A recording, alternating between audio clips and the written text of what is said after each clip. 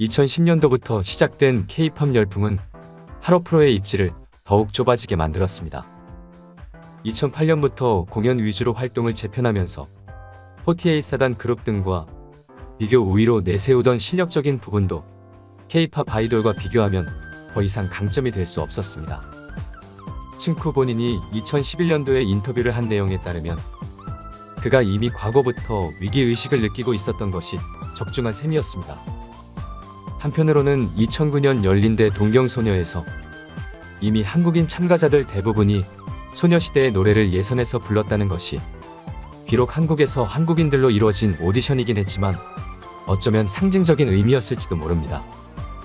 한편 2011년에는 오사카를 거점으로 하는 아키모토 표걸그룹 NMB48의 멤버 야마다 나나가 하로프로 칸사이의 신화라는 그룹의 멤버였던 사실이 알려져 화제가 되기도 했습니다.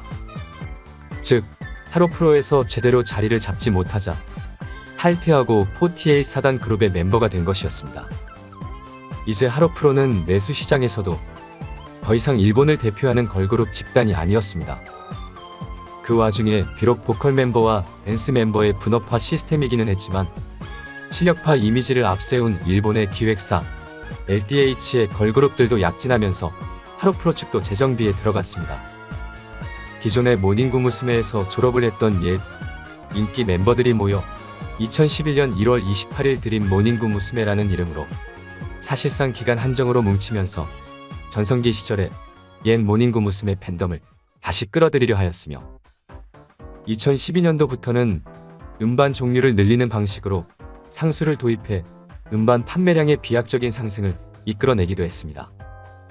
2013년에는 걸그룹 주스주스를 데뷔시키기도 했습니다. 하지만 내부적으로 의도치 않은 문제가 하나둘씩 발생했습니다. 먼저 층쿡 특유의 그룹 장명법이 문제를 일으켰습니다.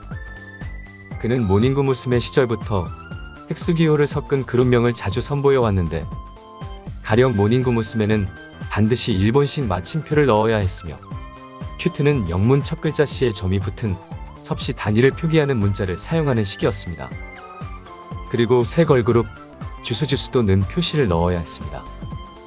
즉 대부분의 그룹들이 특수 문자가 정식 표기법이라 인터넷 검색에 있어 혼란을 가져다 주었습니다. 가령 큐트만 하더라도 많은 이들은 대충 CUT로 검색을 할 뿐 점이 붙은 섭씨 단위로 쓰이는 C를 받듯이 표기해서 검색하지는 않지만 공식 명칭은 섭씨 단위인 C를 쓰고 있어서 인터넷 검색 시 검색이 원활하지 못했던 것입니다. 특히 이 중에서도 문제가 된 그룹이 모닝구 무스메의 뒤를 이은 로테이션제 그룹이었던 스마일에이지였습니다. 이름 자체는 무난했으나 정식 명칭상으로는 슬래시 표시를 반드시 하게 되어 있어 컴퓨터에서는 경로 검색이나 디텍토리 구분을 할 때 쓰는 슬래시 표기법 때문에 꽤 문제가 되었습니다. 가령 컴퓨터상의 폴더 이름을 만드는 등에도 문제가 발생한 것입니다. 결국 상표권 문제까지 겹쳐 그룹은 프랑스어로 천사와 눈물을 의미하는 단어를 조합한 안주르무라는 이름으로 2014년 이름을 변경했습니다. 하지만 이것은 앞으로 벌어질 일에 비하면 큰 일도 아니었습니다. 2013년부터 후드암으로 투병 중이던 프로듀서 층쿠가 2014년 성대를 적출하며 목소리를 잃은 것입니다.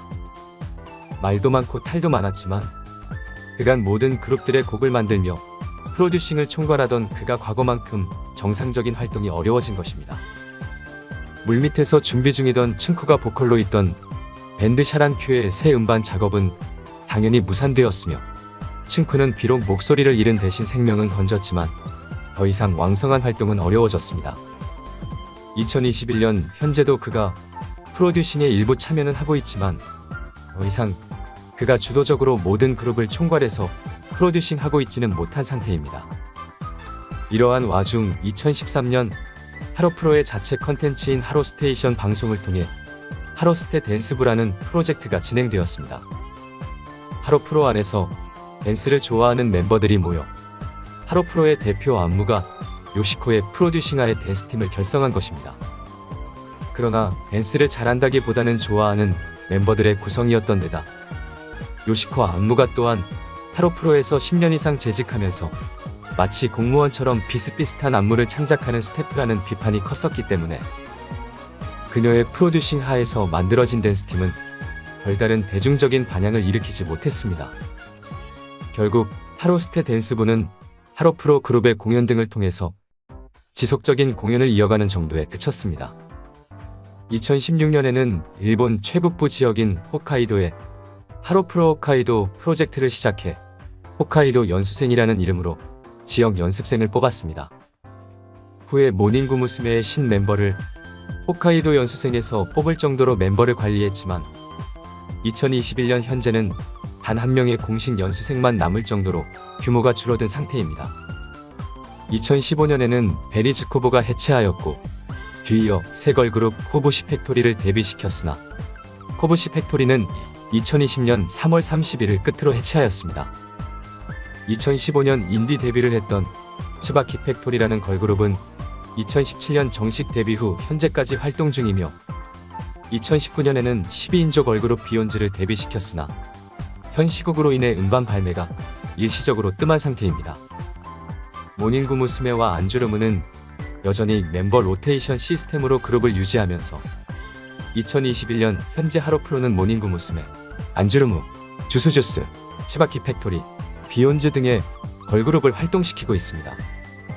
2000년대 중반까지 거느렸던 일본을 대표하는 걸그룹 회사로서의 입지는 이제 사실상 사라진 상태지만 모닝구 무스메를 앞세운 인지도는 여전히 일본 대중들에게 높은 편이고 비록 층쿠가 지병으로 인해 프로듀싱에서 상당 부분 물러났지만 그가 내세워온 100% 라이브 지향이라는 철학을 고수하며 현재는 안무에 있어서도 어느 정도 기본기부터 조금씩 다듬는 트레이닝을 시작하는 등 내부적으로는 시스템적인 변화가 이루어지고도 있습니다. 회사 자체가 워낙 경영이 탄탄한 어프론트 그룹이라는 장점이 있어 하락세와 온갖 사건 사고로 인한 풍파 속에서도 꾸준한 움직임을 보이고 있는 하로프로가 다시금 도약을 할 수 있을지 귀추가 주목됩니다.